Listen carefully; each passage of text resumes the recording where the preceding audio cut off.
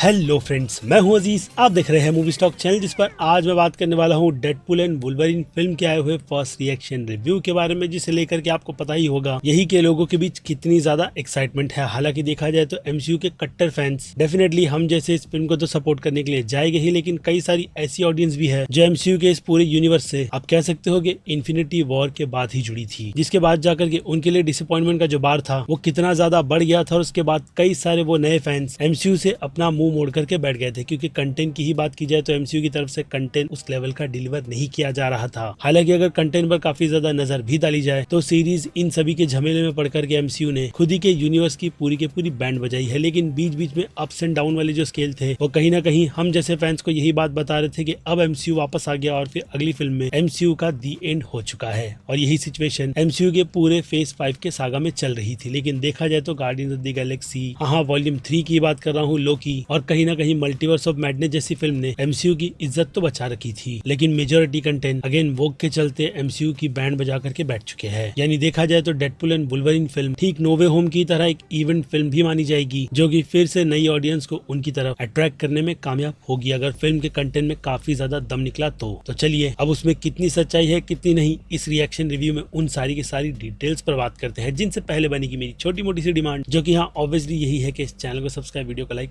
और शेयर करने की तो कर लो।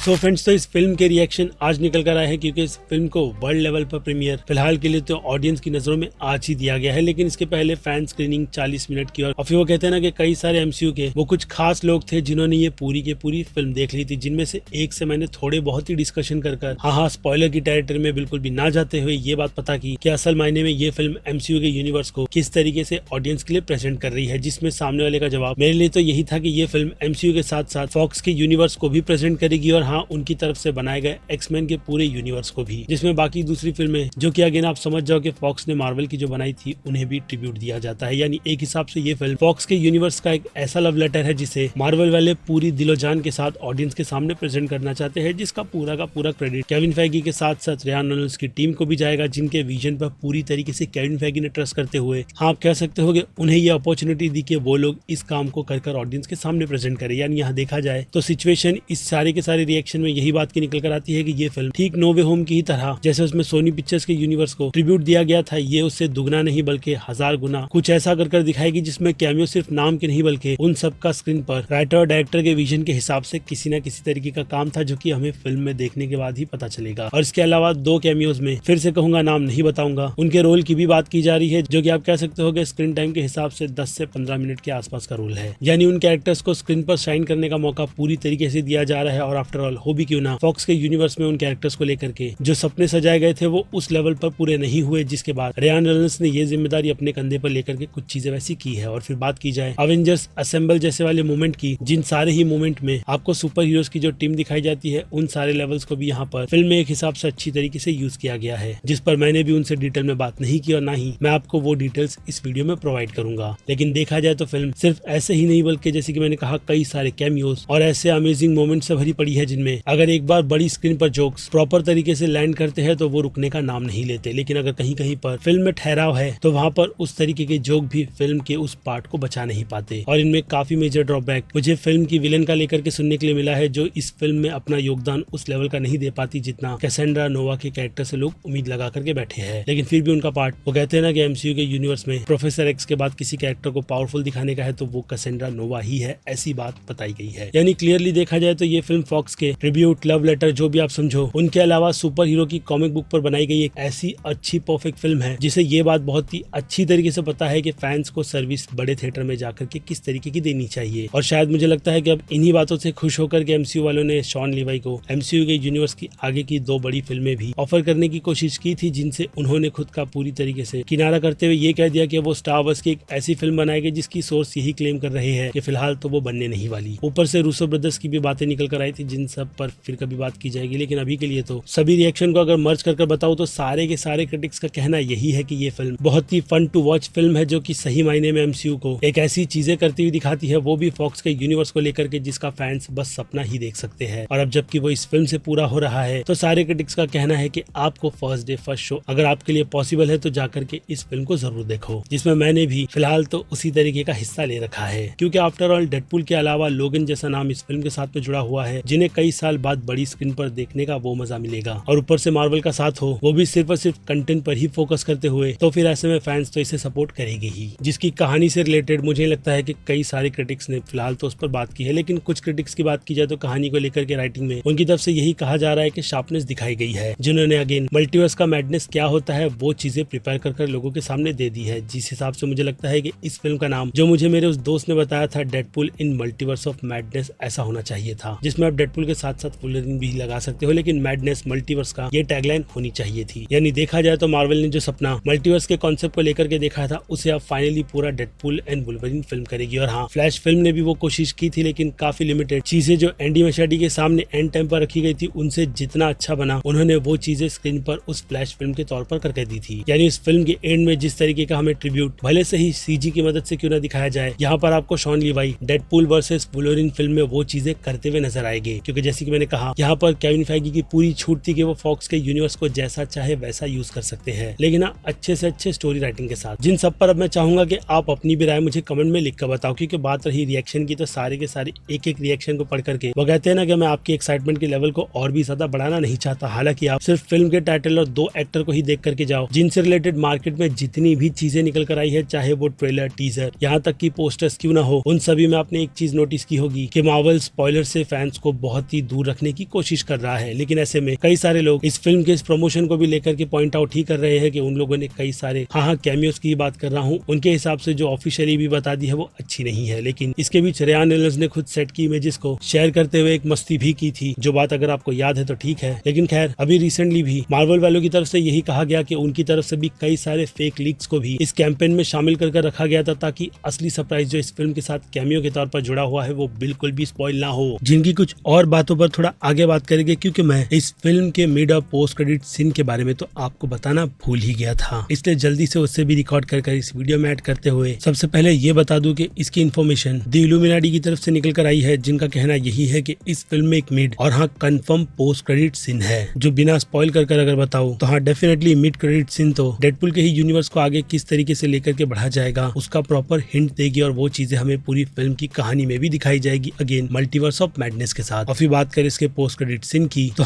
वो कुछ खास है जिससे रिलेटेड मेरे पास भी कोई भी इन्फॉर्मेशन नहीं है। बस यही बात है कि उस पर मार्वल वालों ने बहुत ज्यादा सोचा है, इतना कि ये चीज कई सारे एक्सपर्ट्स तक को नहीं दिखाई गई। बाकी मेफिस्टो वाली बात अगर आपको नहीं पता तो इस फिल्म के साथ भी जुड़ी है, जिसमें कोलाइडर वालों की ये रिपोर्ट इंटरव्यू के दौरान निकल कर आई थी फिल्म के डायरेक्टर शॉन लीवाई और रेयान रेनॉल्ड्स, ह्यूग जैकमैन के साथ, कि इस फिल्म में वो लोग कैसेंड्रा नोवा के अलावा, या फिर कहूँ उसे बिल्कुल साइड में रखकर, अपना पूरा का पूरा फोकस मेफिस्टो पर करना चाहते थे, ताकि वो इस फिल्म से एमसीयू में एक प्रॉपर डेब्यू भी करे और विलन भी बने। लेकिन फिर निकल कर आई टीवीए वाली बात और उसकी वॉर्ड की सिचुएशन, जो कि ऑब्वियसली अभी इस फिल्म की कहानी को एक अलग ही दिशा दे चुकी है, क्योंकि मेफिस्टो के कॉन्सेप्ट पर सीधे सीधे अगर हमारे दिमाग में एक बात चलती है तो वो है हेल के कॉन्सेप्ट की। जिस रास्ते वो लोग क्यों जाने वाले थे उसका पता आपको फिल्म के, मैं कह सकता हूँ कि शुरुआत के कुछ ही मिनट में पता चल जाएगा। बाकी फाइनल ट्रेलर में भी उन चीजों को ट्रिब्यूट दिया गया है, अगर आप समझ सकते हो तो यहाँ पर मुझे लगता है कि थोड़ा सा हिंट तो मैंने आपको दे ही दिया है। और अब इन रिएक्शन के साथ साथ जो बातें मुझे बताई गई है उस हिसाब से तो मुझे लगता है कि अब भी हम लोगों के लिए बहुत कुछ नहीं बल्कि काफी कुछ छुपा करके रखा गया है, यहाँ तक कि फिल्म का एक प्रॉपर प्लॉट भी जो मुझे पता है, लेकिन मैं आपको वो नहीं बताऊंगा, क्योंकि कैमियो से भी हटकर ये फिल्म जिस कॉन्सेप्ट पर फोकस करेगी वो याद रखना मल्टीवर्स का मैडनेस है, जिसमें टीवीए भी इन्वॉल्व है, और ऊपर से डेडपूल जो अगर अपना दिमाग लगाएगा तो चीजें बिगड़ेगी या फिर कुछ और ही कर देगी, उसका तो हमें वेट ही करना है। वो भी बस 26 जुलाई तक, जिसका फर्स्ट डे फर्स्ट शो देख करके मैं बैठ करके आपको वो सारी की सारी बात बताऊंगा, और थंबनेल में स्पॉइलर लिख करके, ताकि कमेंट में वो लोग आकर के मुझे ना बताए कि मैं फिल्म को स्पॉइल कर रहा हूँ। लेकिन खैर, अब वो सारी बातें बात की है, जिन सब से हटकर अब आपकी क्या राय बनती है मैं फिर से पूछ रहा हूँ इस फिल्म से रिलेटेड, वो मुझे ऑनेस्टली कमेंट में लिख करके बताना, क्योंकि मुझे पता है कि कई सारे फैंस की जो डिसअपॉइंटमेंट एमसीयू के यूनिवर्स को लेकर के पिछले कुछ सालों में काफी ज्यादा जो बड़ी है, क्या ये फिल्म और केविन फैगी का कमबैक फैंस एक्सेप्ट करते भी है या नहीं, ये चीज बहुत ज्यादा इंपॉर्टेंट है, जिन सब पर मेरा ट्रस्ट तो अब भी बरकरार है, बाकी आपका फिलहाल तो अभी नहीं पता। और फिर इसके अलावा अब क्या वक्त है इस वीडियो को यहीं पर दी एंड करने का। बाकी मैं हूं Aziz, movie stock channel like share subscribe भूलना मत। मिलूंगा जल्दी दूसरी किसी वीडियो में। Till then bye.